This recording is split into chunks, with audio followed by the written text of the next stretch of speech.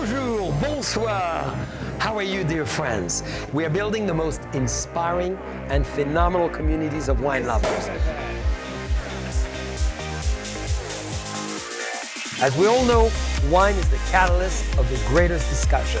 We'll be talking wine, but of course food, and everything that touches all our emotion and senses.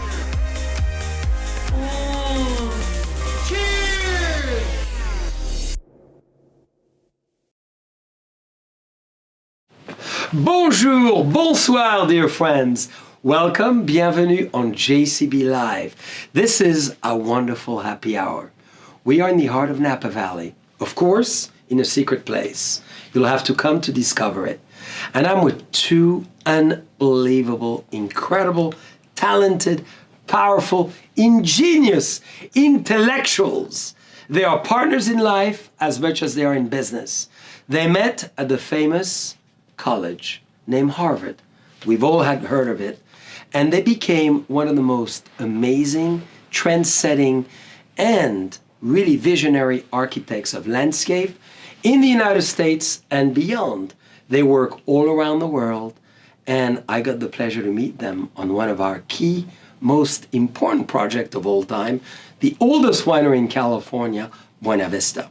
We became friends, and since then, we are inseparables to the point that we chose today this beautiful leopard room as we are a dot apart from one another. And this is why, dear friends, today you get the chance to meet Roderick and James.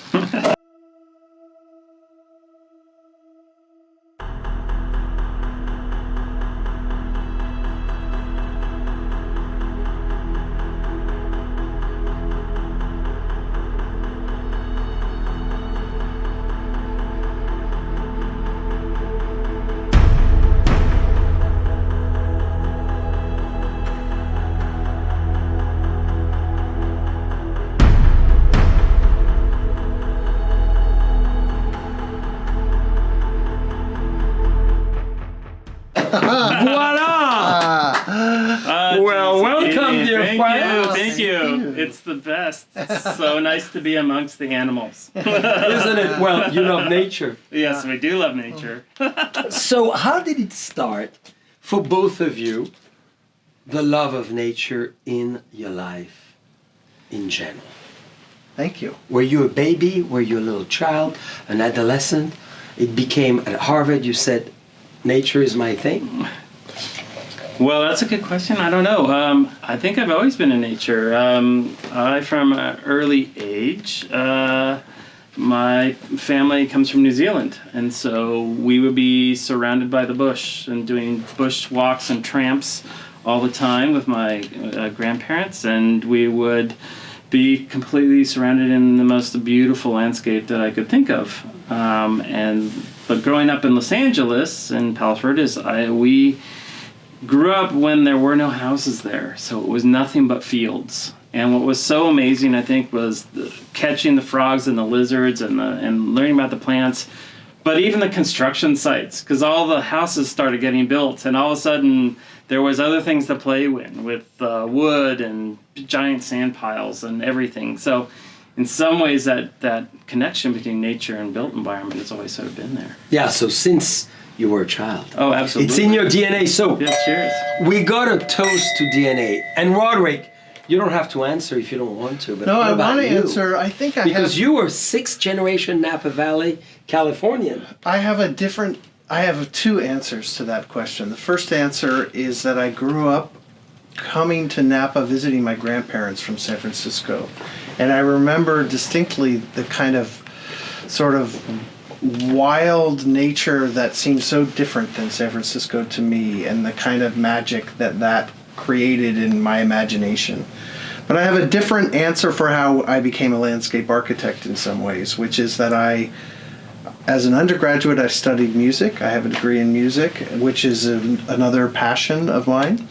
And I was taking a class on opera at a certain point, and the professor talked about an opera called Bomarzo, which is an amazing Italian Renaissance garden. Can we hear it today? Or The opera was written by Ginastera, who's an Argentinian 20th century composer, and the opera uses all these kind of 20th century extended techniques to describe the state of mind of the Mad Count that, created this garden. That's right. And I had never really considered that a garden could have this kind of narrative that Balmarso had, even though it's a kind of fractured narrative.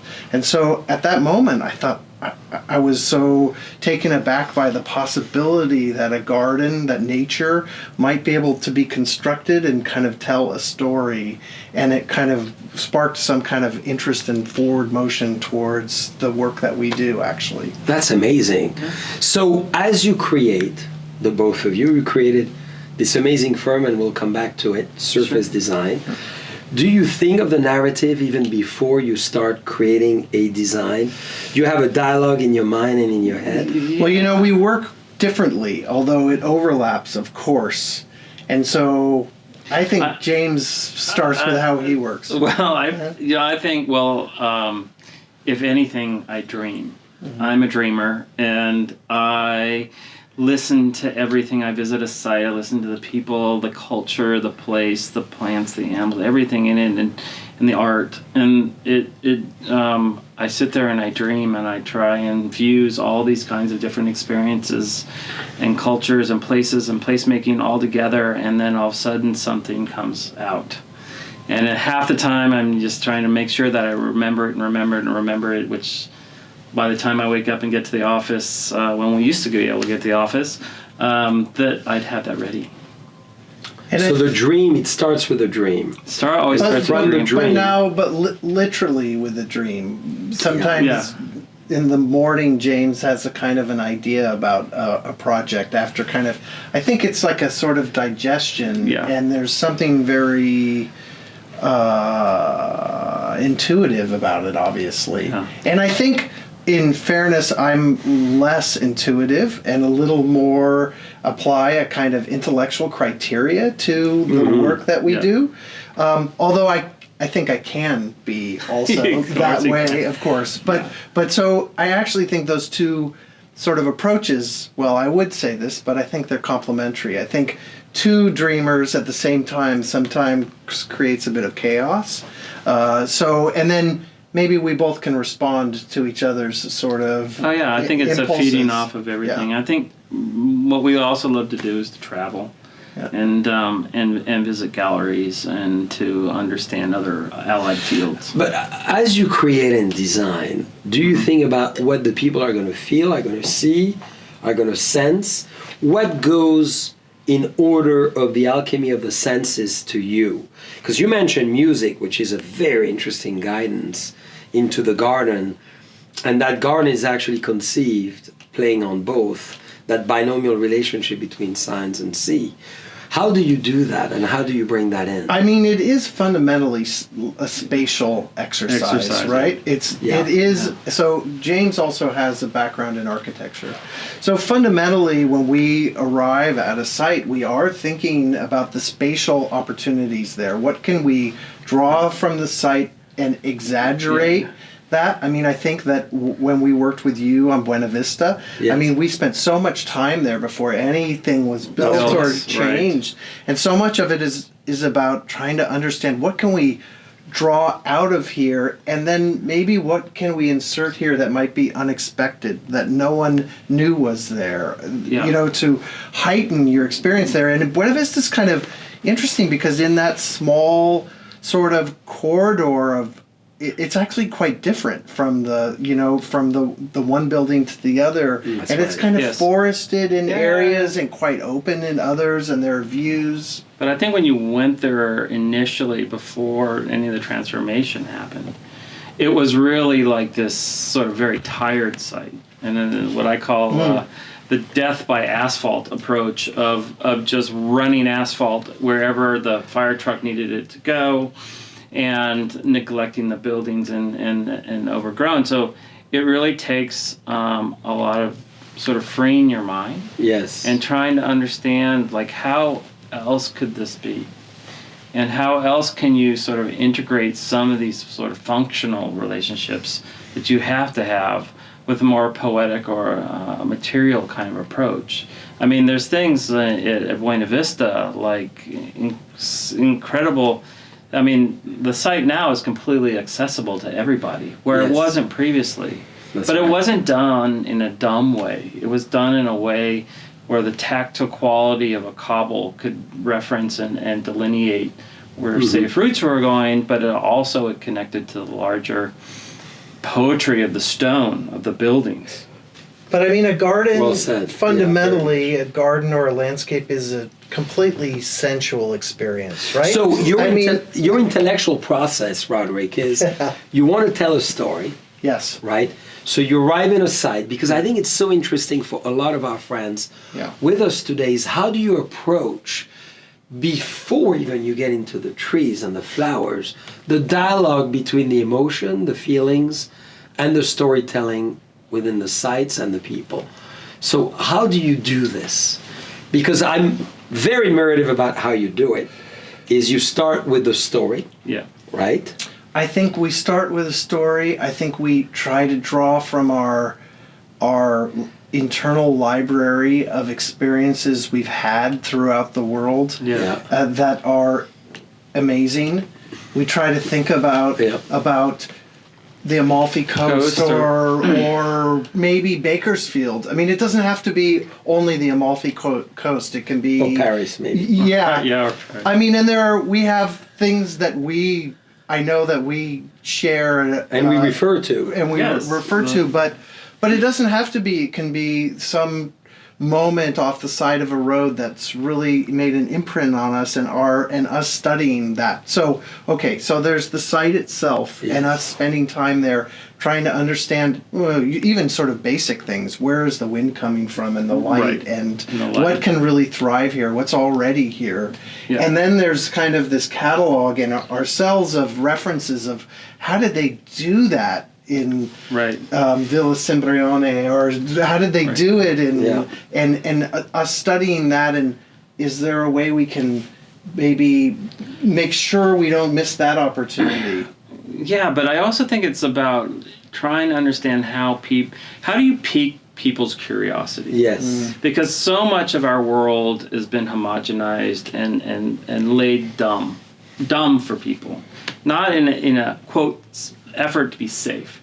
And I think that we lose that sort of intellectual curiosity or physical curiosity of what am I looking at? What is that? That's different. I don't, that challenge is what we like to put out to people, that you don't have to do it the regular way. You can do it in an interesting way, and that way can be interpreted in very different ways and on multiple levels. And so when that happens, like some of the stuff even in New Zealand that we've been doing, people look at that and say, what is that? And then they start coming up with their own stories. Well, that's a dunescape, or, oh, that's Mordor, or like whatever. It doesn't matter. The matter that the discussion and the ideas are fostering conversation and stimulating your brain. But in terms you're of the catalyst of generating within someone a thought process. Yes. Exactly. But I mean, in terms of process specifically, then it becomes iterative. I think I bring from music, which is you keep practicing, you chip away at something. You don't just arrive there. You actually need to do 5 versions, and then 3, and then 4, and then 2, and then we show you, or something like that. It's a very, I mean, maybe it's like making wine. I don't make wine. Well, music has a lot of energy. Yeah. And there's a lot of vibration into music as well. How much in your thinking, as we're drinking bubbles, and this is our delicious, by the favorite way. JCB 21 Of course, we've had so many times together, explain how you punctuate the sense of vibration and feelings and emotion within a design. Whether it's Buena Vista, but you've done, and we'll see in a moment, your fabulous book. How do you approach the idea of energy? Because I think our friends would be fascinated. I was fortunate to get to know you many years ago and to realize you understood energy. And you understood magnetic energy. You understood quartz analysis. Yeah. So tell us about that and how important it is for people to take that into account. Oh, I think it's really important. I think there's so many things in this world that we don't quite understand, or they're not visual to us. And you can feel when you're in those zones. It's very much, it's like when I guess Roderick's saying intuitive, or the way you step into something, you can feel that energy, that there's a blockage, or that this, we want to go that way. That's right. Let's do this. And it is until you start to understand some of the larger principles that are forces that are at place. That people drove you to go that way. Yeah, exactly. And there's layering in that sort of energy of placemaking that you have to tap into. Yes. And that's the really important portion of this. And to maybe describe on such a different level than you could sort of rationally talk about something. It's that line between. But there is sort of a pragmatism to it as well, that's very basic, at least in terms of what we do. And I think to an extent what you do is the soil itself is the foundation for that energy. And obviously someone like Rudolf Steiner and biodynamics is considering all of that, unlocking that energy and creating some kind of dynamic there. Yeah, and that is the basis for what we do. I mean, increasingly... I'm going to give you by hand. Yes. As you bring Rudolf Steiner, we have to bring the Deloach wine now. Yeah. And you're But keep going, because two-fisting. Two-fisting. Yeah, right. God gave us two hands. Yes, that's right. We got to use them all That's the right. time I agree. for whatever it is. But I want to raise Cheers. my glass to this. Yes. So continue, Roderick, on that path, because I really feel people need to reflect, stand still, and feel and sense and take their time. Yes. Yeah. To enjoy the time that time wants to give them. Yes. Yes. And within that spectrum of time, that journey, Yeah. identify what they feel and what they want to do with what they feel. Yes. It could be their garden, the terrace. Yeah. It could be trees. It could be flowers. It could be a parterre. It Yeah. could be anything. Yeah. Yeah. I think also, though, what we do, I'm increasingly realizing, is we actually are giving people an opportunity to spend time with something that's a little more ephemeral and delicate than what we see every day. And I know that that's frustrating sometimes, because flowers go away or plants need maintenance and so forth. But actually, to me, that seems like a great contribution, is to have people be able to pause and have a moment of reflecting. And to me, that's energy. Because so we've been in Napa. I mean, we're in San Francisco, but after, in this last few months, we've been up in Napa, kind of sheltering in place, I guess. And so we've kind of seen really closely this seasonal change, even from March until July now. And because we're there and we're in our garden, that evolution of the landscape is marvelous. It's I mean, it was spring, now it's midsummer, but we've kind of already evolved tremendously in our garden from what was there to what's now, and that most people don't have so much of a commitment to being in their garden for all that time. So often we're just providing them a day or a half a day with, like at a place like Buena Vista, or maybe even in some of our public projects, like at Land's End in San Francisco. Maybe it's a couple of hours, but it's an hour to kind of take yourself away from from that. And so I do think that's energy too. You're seeing spring come up, you're seeing summer kind of bring things into another place. So it's seasonal, obviously, too. But I think you're also feeding your brain at the same time, because I think there's this notion how we've been wrapped up in technology and all this kinds of stuff that we've forgotten nature, and in some ways this a respite in the world that's gone on that allows us to reconnect to nature. And nature almost reconnecting itself. That's what's going on right now. And so it's fascinating, I think, to understand what, as Roderick was saying, like these seasonal changes, but they're very subtle. And to be able to slow down and read the subtleties of a landscape is rare, and it's informative, and it makes you pause and think about what's going on in your life. And do you see? I was raised, eating the season, drinking the season, enjoying the colors of the season. I'm from obviously a world where the four seasons play a big role. They vary accentuated by their color and Yep. root system. So you have beets at this time, and you have lettuce at this time, and tomatoes at that time, and none another.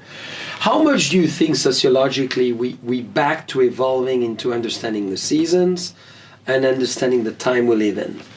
And do you feel in your work people are moving into that direction Absolutely. as well? Absolutely. I mean, I think it's part of the the opportunity of what we do. That said, though, I feel like California in some ways has more 3 seasons than 4 seasons. I also, just as a kind of another piece of sort of information about us, James is from New Zealand and from Southern California, and New Zealand has a kind of a different seasons, and we do work in places like Hawaii, which also have seasons, but it's a really different kind of engagement season. And we're really lucky to be able to think about things like seasons in different places. That's right. Obviously. I mean, that's... And you know them all and you integrate them. So we'll come back to this vision of the future that we ought to create at some stage. Yeah. Oh, absolutely. Let's go back to your beginnings. You meet at Harvard. And then how do you create a company in landscape architecture and design? Because I got to say, this is pretty impressive. Both of you meet, bang, you work a little bit for others. Yep. You're both professors at Harvard today, and you decide we're going to start a firm. Yeah, I mean, so this is the thing that probably is a little bit... True entrepreneurship. No, but the truth is we just walk into things without a lot of incredible, like study. I love it. We worked for other people. There was a moment that it felt like we actually kind of had a little garden that ended up being published.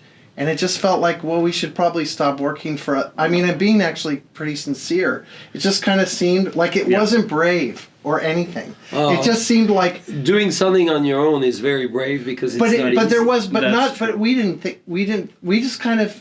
It seemed like, oh, now is the time that we have to do this. Really. So you felt it was meant to happen. Yeah, absolutely. Yeah, that's right. But I also thought we are very similar in other ways, and think about other things. But I also think it's part of a larger legacy of landscape architecture as a profession. Yes. Because, as Roderick mentioned, we work for other characters, and we're the next generation. And so many times, at least within our profession, we've lost generations.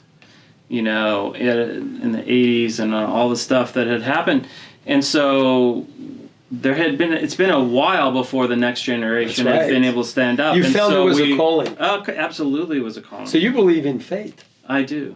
I think I just felt like it just happened. it did just happen, but it didn't. It wasn't. Because you're just so comfortable with the direction and passion of what you're going to do. You don't have a choice in my mind. Well, I think want to do it. But I think you do believe in fate. Oh, I do believe in it. And I'm Absolutely. not sure I believe in fate. I know. Do you believe in destiny, which could be a variance of fate? I kind of just think I believe in accidents and sort of... So that's part of it, meeting yeah. James was an accident? Kind of. I think so. But it was a pretty good accident. Yeah, I don't take accidents in a negative Negative way. or positive. I just mean it just kind of happens.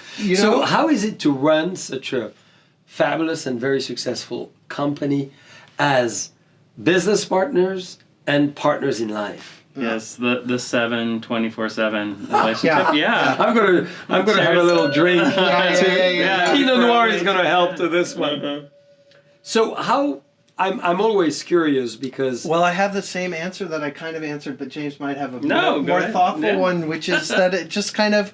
We were always kind of working and doing that together. It's not a drama at all. Actually, the truth is we hardly ever have a disagreement about maybe, let's say, the design part of it. Right. I mean, we don't always agree, but it's not an argument. It's actually flows very naturally discussion. and in a pleasurable way, actually. Yeah. The arguments come about through the politics of stuff, which is always the way it is. Well. It's the trivial stuff. It's not the big. The Well, big you do things are major there. projects. I mean, Yeah. from the very large public endeavors, and you'll tell us about that in a moment. Yeah. What is it to you taking risk?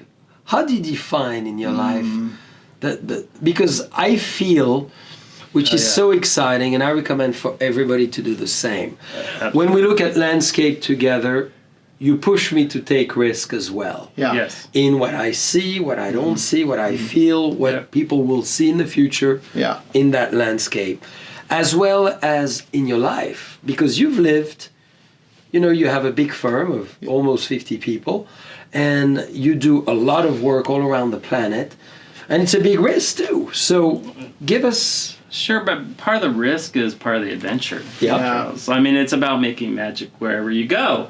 I mean, and there's magic in everything, and I think that's really important to have that sort of, nothing ventured, nothing gained is a stupid phrase, but it's sort of true. Yeah. And because every time you risk something, you put a little bit of ourselves out there for people to judge or whatever. It doesn't matter.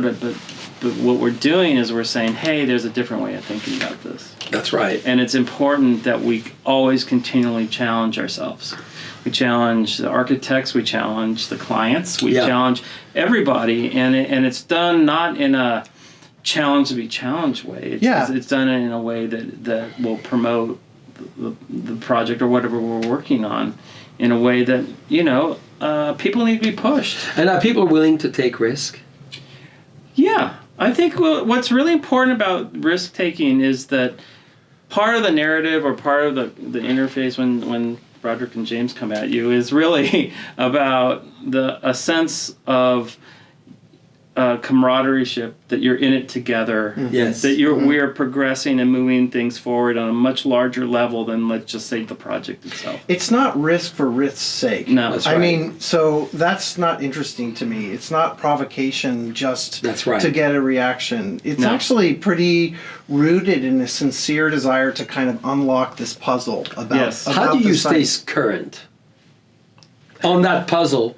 Because you amaze me always. I come from the old world, and Yeah. I know more about the old world than the new world, if America is a new world. Yeah. I venture to say it's an old world as well.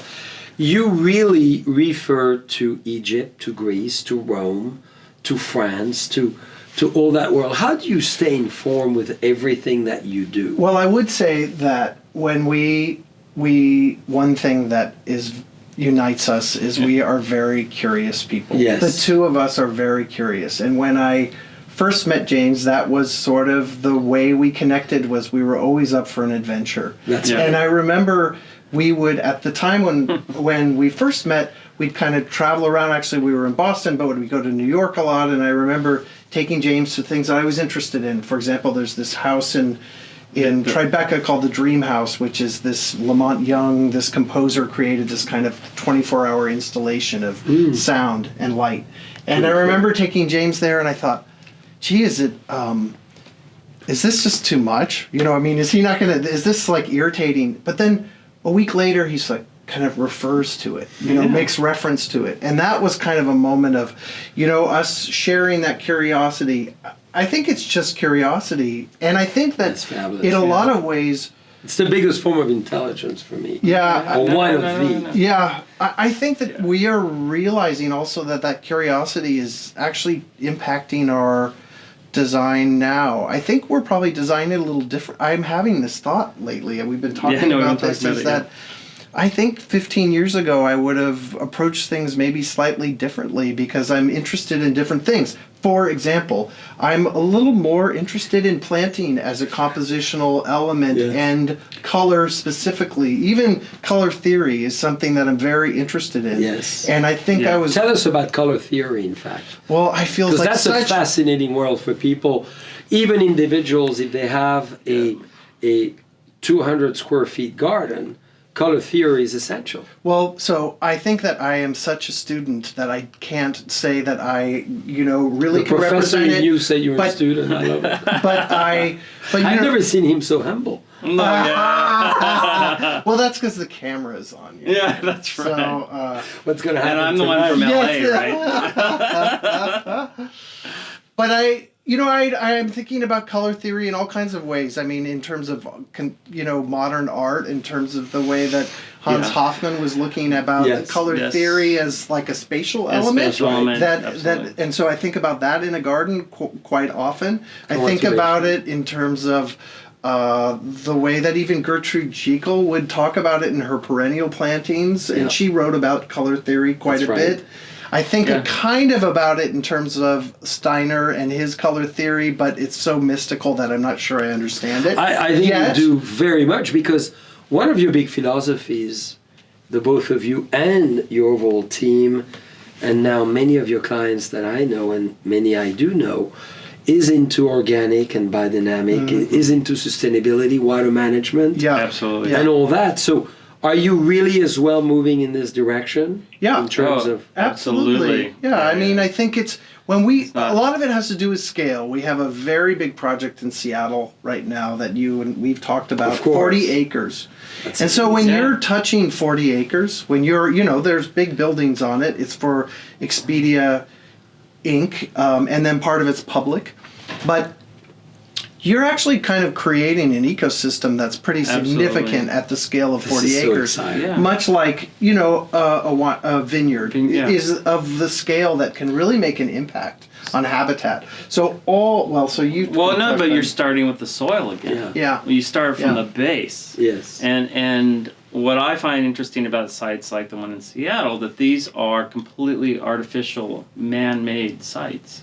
So here you have a piece of the sound that people threw their rubbish in to create land so that they could build on it. And filled in, there's literally 2 piers that they buried in place. And so how do you create a whole landscape on something that is basically rubbish? So you start with the really intense analysis and understanding what the site is doing, and then literally cherry pick spots that are working, and then take them and apply them and grow the mycorrhizals, grow this kind of organic material, and inject them into the soil before it's actually applied on site. Yeah. And then there's that informs the kind of compost tea that is then applied throughout the maintenance of the site. Actually, there are people that would say, is that really doing anything? But it's not even vague. The plants are thriving. They're thriving like crazy. It's the insects are thriving. The life, including the bunnies. Yeah, but everybody's doing. So there's energy for sure. But the part of this stuff is that people, again, it takes time. Yes. It takes time to grow in. It's like the compost tea and all this stuff we were talking about and fixing the soil. Actually, in long term, allows the plants to thrive, which means your maintenance is down. Yeah. So describing to someone on a maintenance crew that actually doing this hocus pocus stuff, as they like to think about it, which is very hard to convince people to do, actually is in their long-term benefit. Now there are projects out there that show it, just like some of your wineries in this delicious wine we're tasting. Well, tell us about but it's this is delicious. Give us really in 3 words, whether coloring or words, what you feel. Excuse me. The energy, the excitement makes me explode in all kinds of ways. To me, this totally roots me in the earth. I'm feeling the sunlight on the leaves moving through the rootstock and then into that soil. Ooh, that's what I'm feeling with this. Absolutely. Depth. So that's our Pinot Noir from the Loach. The estates. Obviously, our wonderful Rudolf Steiner, you mentioned. Yeah. The whole philosophy is within what you sense, what you feel, and you feel it. Absolutely. So, when you recently decided to document your fabulous work, you created a new book. I would love for you to share one of the parts of the book you love the most, and why did you do a book, and what drove you not only to write it, but to showcase all that great work? So we worked with Monticelli Press out of New York. We worked with an editor named Elizabeth White, who's an extremely seasoned sort of art and architecture and landscape architecture editor. We worked with friends out of New York called Binocular Design who did the design of the book. Finisher. Yeah. And I think that more than anything else, you know, it was a project to try to punctuate, not to create a tome, not to create the final word. That's right. But to just say, to collect, for us to actually digest what we'd been doing for the last however long it was, I don't remember 10 now. years. 10 years or Yeah. something like that. Yes. Or a little bit longer.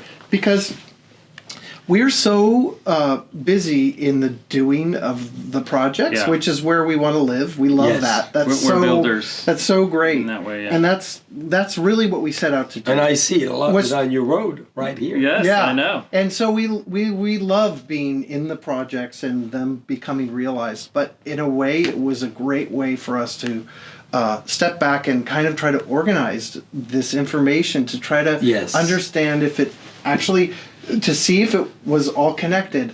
I think it is all connected. But I think there are moments when maybe it's not as connected. Well, which you I know? love is I see a common thread and common Yes. style. Yeah, Yes. So the book is Surface Design, Material Landscapes.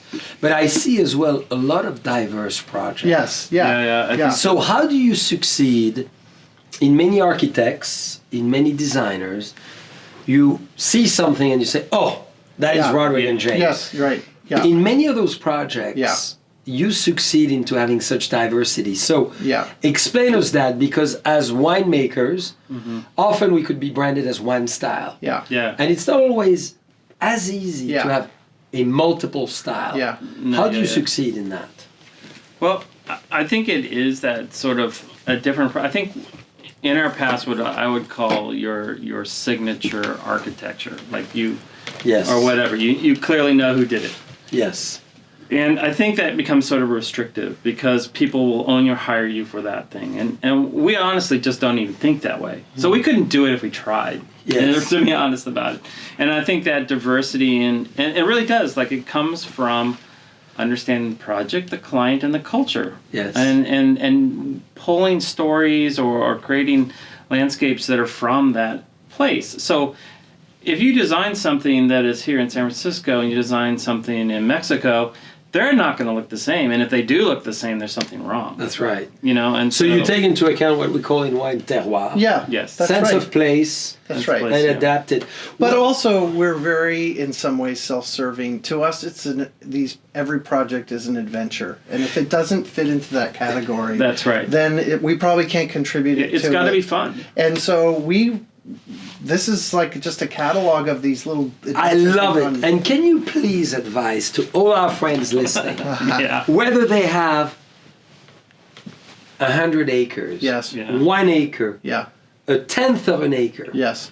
a little backyard, which is the size of our room. Yeah. Yep. It's storytelling, it's a stage, Yeah. and they should Yeah. play with it. Yes. Absolutely. Absolutely. So the advice is what? Well, is- to be is- Well, free. don't hold to be back. free. Don't hold back. Exactly. What, there's Isn't no it? reason. Right. There's absolutely no Yeah. reason. I mean, I think you have to reconcile that you have things you might be drawn to, and you should just do it. I mean, and who cares what anyone else says, right? I mean, Yeah. And there's a dialogue of looking outside and energy that is being told from the outside to the inside. Yeah. And that feng shui, that dynamics between both Yeah.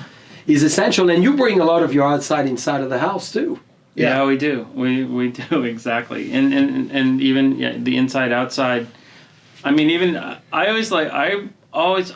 I get more drawn into the cultural aspect of some of these projects. The play, like the culture. It's been. Yeah. How do people see? I mean, our stuff in Hawaii always, and even New Zealand, dealing with the descendants of the native indigenous people, is fascinating to I me love it. because it allows one to engage a different group of people that do not think like you. They don't think like Westerners. They don't think like Easterners. They think of it in a different kind of way. And I love when you go to Honolulu, let's say, and it's not north, south, east, west. You know, it's Malka, Makai, Eva, Diamond Head. They're using true. landscape elements Elements to to find describe where they are. where they are. that sort of that connection to a place I think Yes. is inspiring, and then once you know more, like what was this? Was this land? Was this a coral bed? What was this? And those kinds of inspirations and those stories that you hear, whether you're designing on a highway in New Zealand and you've learned that so many such and such battles had happened along here over the time, and that, you know, there's a specific tree species that you can plant to heal some of those wounds for a community that doesn't have a voice, then that's what we're excited about. Congratulations. Who are these moments that we can, you know, inspire beyond what So the culture, ideals the are. people, Yeah. the tribe, eventually tribe where or they come whoever, from. yeah. But I do think we are Californians, the two of Yeah. us, and in some ways that's given us a little Yeah. bit of freedom Yeah, yeah. from tradition. Yes. And that's something I feel like you're kind of an honorary Californian in that way. I Or at know least he's it's- honorary. Are you Well, kidding me? I'll toast you. yeah, If you welcome me that way. Yes, absolutely. And it's something we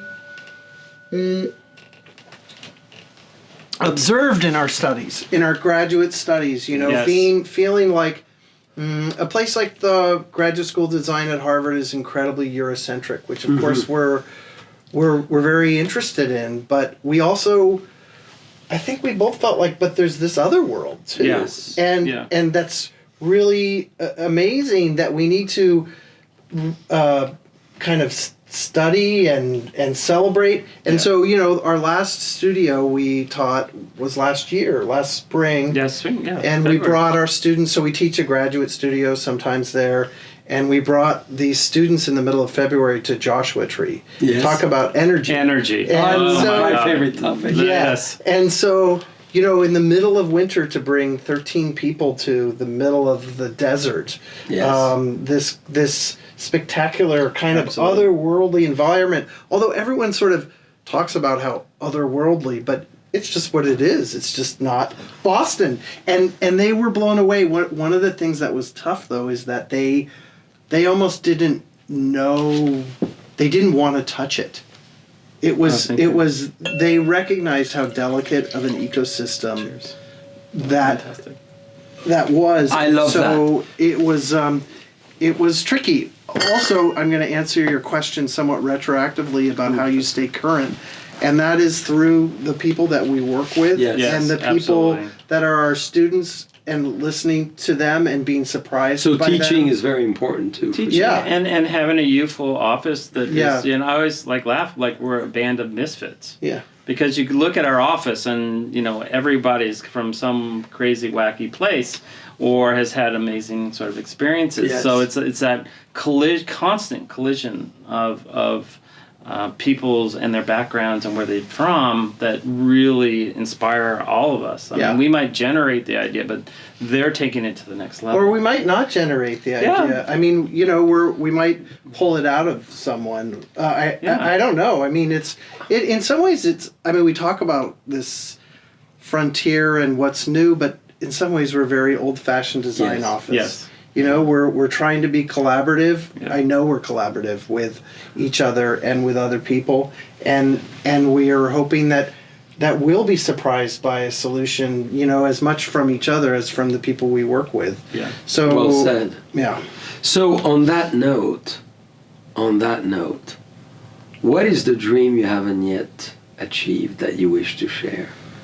Is it to create a fabulous architectural landscape on Mars, on the moon, which is obviously my dream is to go in Yes. space. I wanted to be an Yes. astronaut when I was Yeah. 5, Yeah. and still today. But Yeah. I know you have a lot of dreams. I have a lot of dreams, of course. I think I dream about how we can rethink cities, Yeah. especially I in the agree. situations we're in now. The car wins every time. I think the car needs to lose. Bikes have fought hard to get a little bit of up there, but you know who's been left in the dust? Pedestrians. That's Yeah. right. Yeah. People, we've been left in the dust. And so What about I think it's recreating important. Paris sidewalks everywhere? Well, absolutely. Exactly. No, but that's the scale and The size. outdoor and- it's beautiful, right? You Yeah. stroll, you engage. Yeah. Now you get out on a sidewalk that's 5 feet wide, and you're shoved between a parked car and So asphalt. rethinking cities is very important. I think for me it's very important. I think some of the solutions to some of the things that we Are have. you thinking your idealistic city at this stage? Yeah, because Can you see it? we have to because we're no longer Yeah. going to need cars. Yes. There'll be driverless cars. There might be, And I really don't know Fluid things, yeah. how downtowns will function. That's right. So what's the transformation of the city when we have these new Which is a very technologies? exciting. Yeah. Absolutely. As you're a Yeah. landscape architect. By the way, what is a landscape architect? Oh, that's a good question. Well, Well- 'Cause that's your title, so I'm sure the world wants to know. You create windows in the landscape. Yeah, I think I think the term landscape architect comes from Olmsted, who was Yes. the designer of Central Park in For New sure. York. And so it was a progression of the sort of English landscape gardener, designer, into actually kind of an urban context. and civil because his- engineer at the same time. Right. Yeah. There was this idea that a lot of new infrastructure were going in. Yeah. And he was this enlightened soul, and he looked at what was going on, and transformed not only just to create a park, but to make it a functioning The element. function. I asked the question obviously because that's where you were going in your urbanization Yeah. or reinvention of the city. And I'm delighted to hear that from you because I know you're thinking of it in San Francisco and in LA Yeah. and many other great American cities. I've observed what has happened in Paris and London and obviously Lyon and Marseille and Bordeaux. And it's a lot of French examples purposely.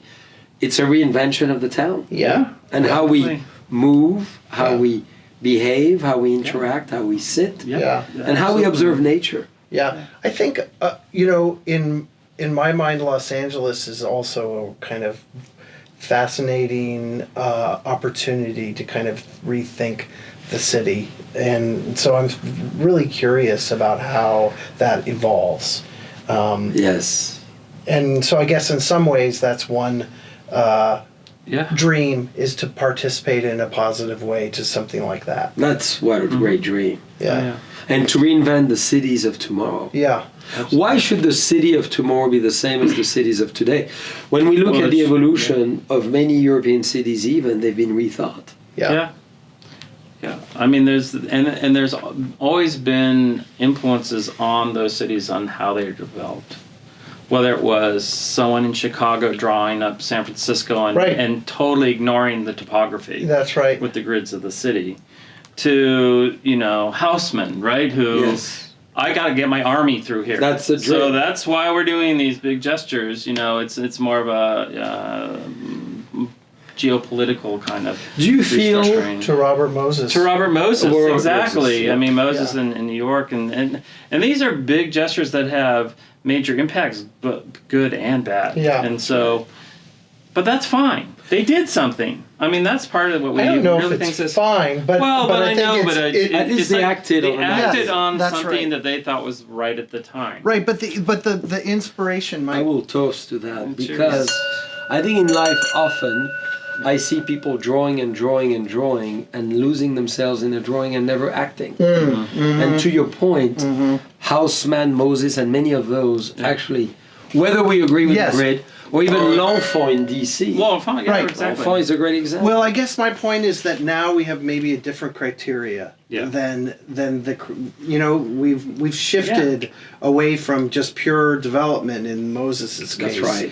To something that's probably a little more about sort of fixing some of these bigger Yeah. environmental issues as Well, opposed to yeah. And it reminds me of this wine. Look, we're trying a Bordeaux style, the first Méritage leaf, found in the late 70s. What did he do? 5 grape varieties put together to create the alchemy of the best. The sum is greater than the parts. Yeah.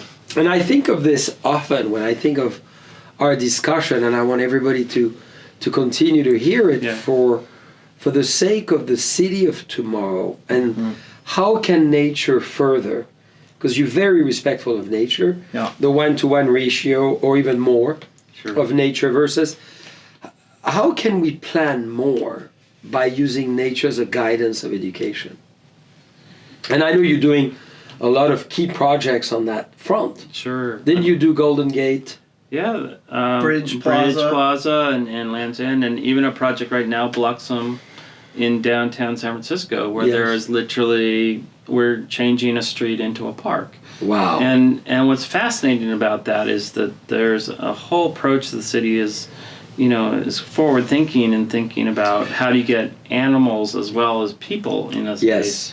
So we're developing things like pollinator pathways where we're picking species and then running them right up the buildings, knowing that a certain bird and a certain bug can only fly so high, but we're literally giving little leapfrogs and places for them to hang out on their way up.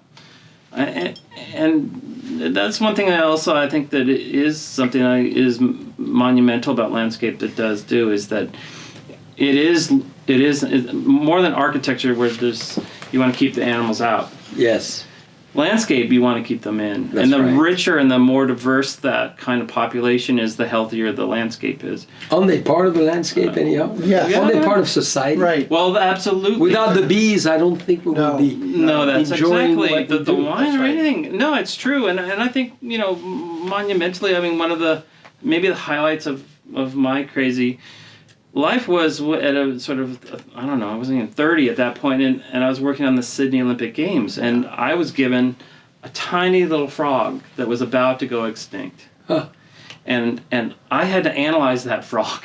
You didn't understand. cut her legs and put them in the butter sauce No, like the French would do and have this is frog's a legs. beautiful frog. He was gold and green, and it was like this sort of iconic, which is Australia's colors. So there's a whole, into this frog, and it was in dangers of gone off this planet. And I figured out where they like to live, where they like to breathe, where they like to sun themselves. That's right. And literally in the design, secretively mostly, and working with the ecologists, created these microenvironments for this frog. And I was told it's now been 20 years since that project happened. That frog is now off the endangered species list. So single-handedly, That's right. the landscape has been able to save entire species. In fact, they're multiplied so much they're everywhere, which is great. I actually think there's a whole body, a public body of people that are really ready to act in this direction. It's just a little bit of pushing to the bureaucracy of things, which, as you know, bureaucracy is not really our favorite place to live, and so sometimes Nature will always win. Eventually. Yeah. So is there something, as we tried the Leith, this man in 1979, we bought the winery, did the impossible. He came from Aspen, he was the son of a banker, and he said, I'm moving west, I'm a hippie, I have a Harley Davidson, I'm going to buy vineyards and make wine like the French. I'm hanging out with this guy. Well, totally. And we are now because we continue with his dream and he created a great wine. We'll try then one of the American classic, Raymond. But before we go to Raymond, is there a dream you have that you haven't yet accomplished or something that you see in your dreams or something, I think of the Babylonian Garden. I think of the Impossible Labyrinth. I think of the Suspended Society. I think of creating a garden in the desert. So I have a ton, as you know, we know each other well. Wild and crazy ideas from the past and the future. That's the way it's got to be. What about yours? I do think that I have a dream about the desert and about a kind of an amazing desert garden that speaks to the ecology of the desert, but is also celebrates the completely otherworldly character of that space that feels endless. Actually, last time we were there with our students, I was talking with one of the students and got distracted and got lost in the desert. And I don't know if you've ever gotten lost. Did you go behind a cactus, or was it behind a snake, or how did you lose? You just walk, and if you take the wrong turn, you're in the middle of the desert and By yourself. Well, I was with a student actually, and it took us about 2 Was it intentional, maybe? No, it was He's not. trying to tell us a Yeah, story. no, yeah. But within about an hour, you're panicked. You're completely in the desert. I believe it. You're completely kind of, and you feel really, really tiny. And you know, because of course you walk around is kind of very cinematic, but you walk and then all of a sudden you see these footsteps that you already were just there. And you're lucky that they're still there, because if you're in northern Africa's desert, Right. the wind takes it Yes. off. You're gone. And it happened to me on a camel once in a while. I wanted to showcase to the friends I was with that I was better than they are, which obviously I was worse Yes. than they are. And I galloped on a camel, get behind a dune, had to go around the dune. Suddenly I saw no one. Yeah. And I didn't know on which side of the dune I was.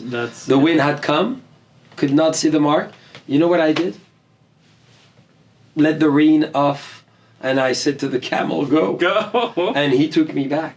Yeah. Wow. Unbelievable. I would have been And how that long? makes probably a total nice sense, skeleton yes. eaten by the vultures. Well, you know, there's in the desert. There's a couple categories of missing people. There's missing people that they think have just gone, but they're still around, Okay. and then there's people that they think are presumed dead. I think I need another glass of wine. So now, for the last few minutes, you haven't So I- mentioned the dream. No. James, what is it? Is it the desert? Is it another Well, planet? the desert is always a draw. I mean, that's why that class we taught, Super Bloom, was so inspirational, I think, not only for us, but for our students, because Thank you. the way global warming is going, our environments are changing more and Yes. more like those kinds of conditions. So how do you survive in that? But when it comes to dreams, I think for me, it's always going to be the coast. Yes. This notion of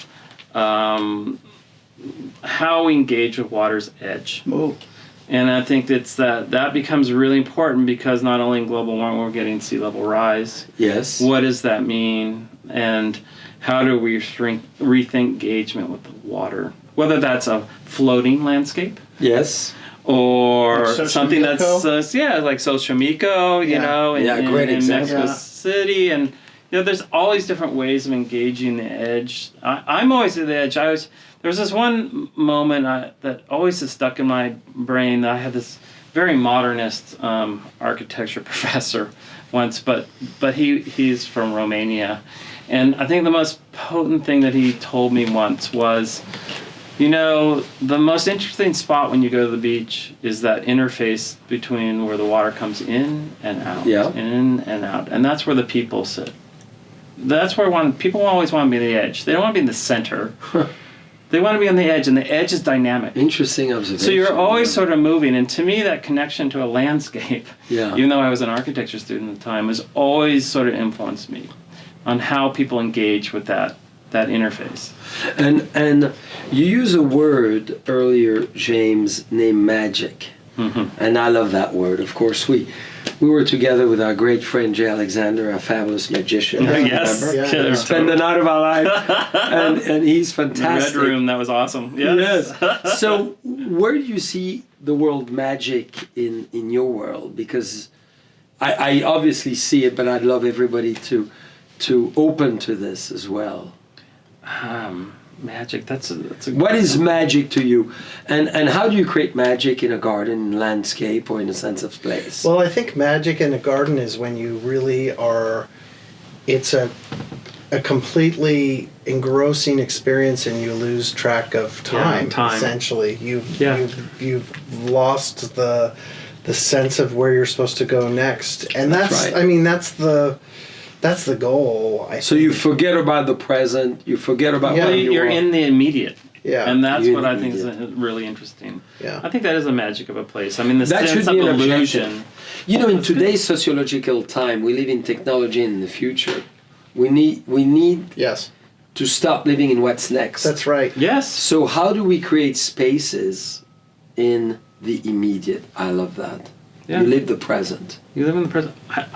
I think it goes back to that way we've been talking a little earlier, that you have to create something that has a sense of wonder. But I think That's you gonna also stop you and pause. maybe you do manipulate people a little bit to be curious, so that they wander into some space and that they were not expecting that they would wander into. And that's what we do in winemaking Yes. all the time. Yeah. Like the wine we're just having.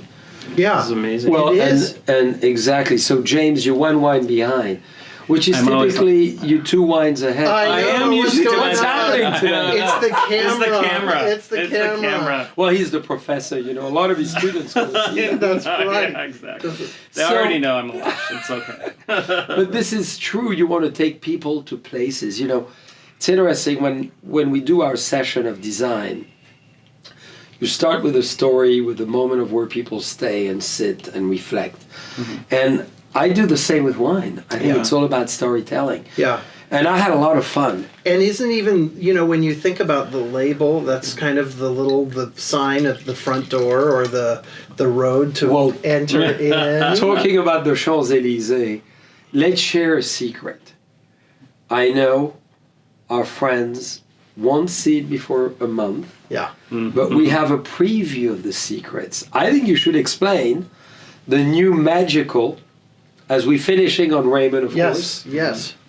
You've designed Buena Vista with us, which is a miracle, and obviously a tribute to the history of the United States. Absolutely. You know, First wine literally in the the couch. showcase, Absolutely. right? Of Yeah. How do you... And that was such a fantastic project in its storytelling, because to create a space that then will generate excitement and pull more and more people into it, and through that pulling of people, then learning about the history of California. Most people do not understand, and every time I tell the story of Buena Vista, everybody wants to know more. They want to understand the whole, that it was at the birth of California, this crazy count, the whole wine industry, and literally that, when you tell people... and the landscaping. Oh, absolutely, yeah. And, That you brought back into all the native plants, all the native trees. yes, and what was grown at the time, and then even the counts bringing back all those different varieties from Europe, and the sense of saving the wine of Europe. Everybody needs to come. needs to understand that, and you get to see that language. So Give talk a about preview now. All right. Raymond. Raymond, I mean, okay. Yeah. it's our last Raymond, moment. yeah. Everybody's on the edge. Yes. We are building the road that Yeah. leads to the epicenter of the world, to the absolute embryonic beginning of wine in America, Raymond Vineyards in Santa Elena. Maybe we're not far away from it today. No. Tell us about this magic of the entrance, the alignment, The alignment, and yes. what we've designed. I think what it is, what's so magical, I think, about this project, and the notion that it's even beyond just the terroir, it's in the sky. And so the sky is the inspiration and the energy flow that moves through the valley, colliding together to create an experience that is experienced as you move through it, but you're feeling it at the same time. The notion of tying the great history of French landscape making and astrology, the notion of Leo, which is the inspiration, the constellation that is influence the alignment of Raymond as you move through, and then the importance of that, how that relates to some of the, not only geomancy, but even so the Steiner approach to things. Yes. That this is taking it to another level. This is allowing all the worlds of Raymond and JCB to work together, to flow in a dynamic kind of way that is going to reintroduce you to an amazing institution, to a wine and where it's come from, but it's future at the same time. Because what we are trying to do is to do something of the moment. That's it. That it's now. That's right. And all the little secret areas, things that we can't talk about right now, because you have to come here and visit. Yeah. But those kinds of little hidden gems, that it isn't until you've come here a couple times that you start to pick up those cues, and maybe if you're lucky you get led into these secret areas. But the big thing is that even talking about stories of the phases of the moon, in some ways there's Like the roundabout the roundabout really is- represents the 13 cycles. That's exactly right. And then how the layer of the footprint of the constellation meets the moon, and then the cycles of the moon are subtly inscribed into the stone entrance feature. So immediately you know that there's a cycle that is you're about to enter into. Can we even say, and I was thinking a lot about this because I think we sometimes don't spend enough time researching the meaning of why we are attracted to certain places. We go in certain directions. Yeah. We look at certain angles. Paris is the prime example. Paris is based on a secret code. Washington, D.C. is its inspiration to Paris. And what we've done, which is so exciting, is linking the telluric to the cosmic. Do you actually feel people will be somehow drawn to it just by the pure, Absolutely. energy within themselves to come here? I think so. I think there's the visual cues, not only of the lay of trees and the forms and the sequencing. I think the energy that's flowing, especially off the significant oak trees that dot this landscape that we functioned in, really did inform how we engaged with that. And so it's that existing landscape, is the vineyard landscape, and then there's the landscape of the entrance, or the what we're all been working together so carefully about. Yes. Come together to create this sort of mythical kind of place, and I do think that it's so different that people are going to wonder what it is. It goes back to the foundation of what I think we like to do. Which I think is so important, and we designed together for the purpose of having people reflect. Yeah. And I will never forget at Buena Vista when we designed around the vortex a few key elements. Yeah. And we said to ourselves, people will stop here and will look, and time will stop. Yeah. And it is exactly our intention is today transcribed into reality. And I love that. So I cannot wait to see the Leo astrological print imprinted within But the metrics of what we've done and see how people react. But so much of what we do, we have big imaginations and we dream and so forth. But so much of it is actually, and it's not just because you've given me a bunch of wine, but so much of it is about our clients taking us somewhere else that we wouldn't have expected to go. And it's in all of our projects. It's not just with you, although with you it is the best ride ever. But we would, Well, because we always have wine. I know, well, exactly. But we wouldn't have that kind of stimulation to do something that we wouldn't. People live in different ways, or they experience their gardens in different ways. And even when we do public projects, so many times we've designed benches that people use actually as selfie stands as opposed to benches. But we didn't know, and it's okay. Yeah. I mean, and I think it's great. It's a success. It's not a failure. Congratulations for that. Now, would you like to share as we drinking our Raymond Napa Valley Cabernet? Yes. One of the iconic wines that will lead everybody to Raymond, thanks to you and this great road. Is there a message each of you want to send to all our listeners, all our friends who are with us, as a suggestion and advice, anything you want to say that would lead them to think tonight further about what they do, who they are, and allow them to just think differently? And I know we almost had a bottle each, so I know, be ahead of you. Exactly. But everybody's drinking tonight, No, hopefully. exactly. Yes. It's happy hour after all. It's happy hour. I think what I would challenge, I think to look around where you are at the moment, and look around in the house or whatever it is, and to rethink it. Like, is it interesting? Do you really want to be there? Is it this? What challenge everything? Is it telling your story? Is it telling your story or who you are? Do you have a voice? That's right. I mean, the big thing is allowing people to have a voice and not be afraid to give their voice. It's okay. It's okay if you like pink polka dots and you want to do your whole house in pink polka dots. It's okay. Yeah. It's not. It's you have to liberate yourself. Yes. You have to liberate yourself, and maybe being Californians and being on the edge of the Wild West, it's a little easier for us. But no matter where you are in the world or whatever you're doing, you should challenge the environment you're in, both built and unbuilt. That's well said.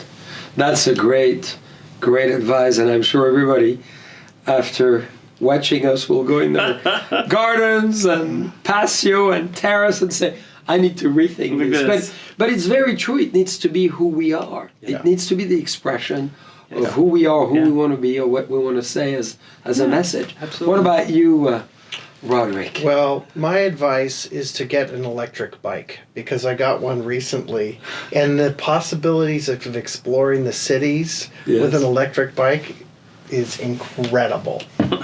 So you use your bike in San Francisco? Well, I'm Up and using down it the in hill? Napa, all over Napa. Oh, great. I'm going to bike up to Oakville tomorrow or the next day Fantastic. with my little electric bike. It's changed. I'm going to see you at the Oakville grocery Well, for you know, pizza. I mean, Yeah.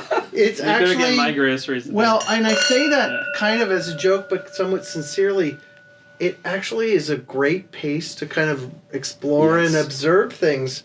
But you know, I'm not a road bike person, so it's been transformative to me. But for people to look and for people to take look. time to look. Exactly. I agree with you. You walk a city, you jog a city. Exactly. Or you bike a city. It's very different than if you That's jump right. into a taxi or a car. That's right. Well, dear friends, you've been amazing. You've been amazing friends all those years. No. I have so This is much great. admiration for what you do, for how you think, Likewise. and how you rethink. Yeah. And I think it's so important for all of us through this amazing discussion. Yeah. I mean, we always have those discussions for hours. So I know. Yeah. we start with wine, we finish with a case of wine, Yes. typically. Yeah, at least. At least. But I want to congratulate you for having done what you've done. You know, from Harvard to being professors, to starting a business, to asserting your own friendship, partnership, love of each other, and to building something amazing and a new vision for people to look at the world in a very different way. And I think our big takeaway tonight, as you said, is to go outside of our house and to look at the windows if we don't are so lucky to have a garden or a terrace, and to rethink what we want to rethink. And you said it, using nature, using what we see and what we don't see, to allow what we don't see to come up That's right. and to let it be. Let it be. Let it be. So to the Beatles, Cheers. Yeah. I guess so. to friendship, and Yes. to the road. And to Yeah. you, Leading JCB. to Rome. Rome Rome. is the new Raymond, and Raymond is the new Rome. That's right. Come visit.